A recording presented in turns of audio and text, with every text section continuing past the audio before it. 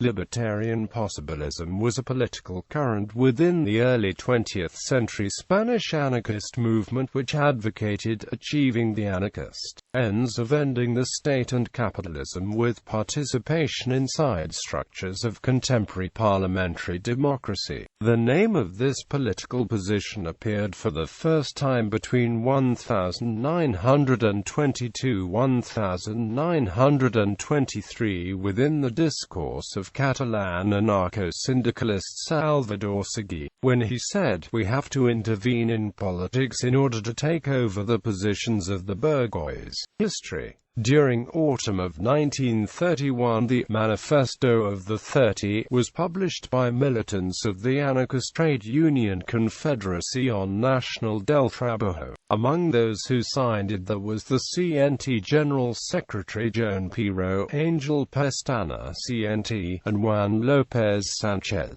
They were called Trintismo and they were calling for a more moderate political line within the Spanish anarchist movement. In 1932 they established the Syndicalist Party, which participates in the 1936 Spanish general elections and proceed to be a part of the leftist coalition of parties known as the Popular Front, obtaining 2 congressmen. In 1938 Horacio Prieto, General Secretary of the CNT, proposes that the Iberian Anarchist Federation transforms itself into a Libertarian Socialist Party, and that it participates in the national elections. Precedents and later cases of anarchist intervention in parliamentary and state politics. Pierre-Joseph Proudhon ran for the French Constituent Assembly in April 1848, but was not elected, although his name appeared on the ballots in Paris, Lyon, Besançon, and Lille, France. He was successful in the complementary elections of June 4.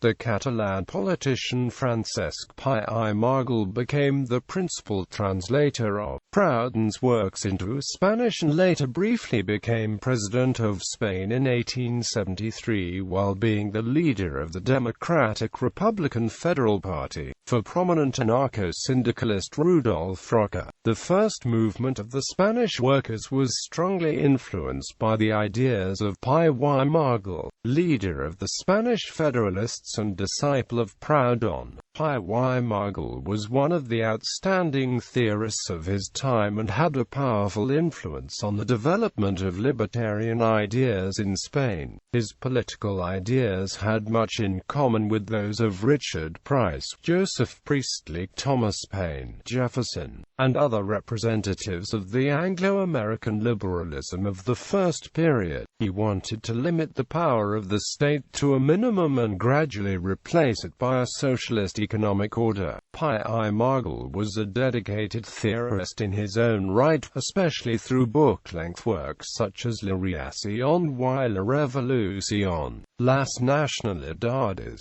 and La Federación from 1880.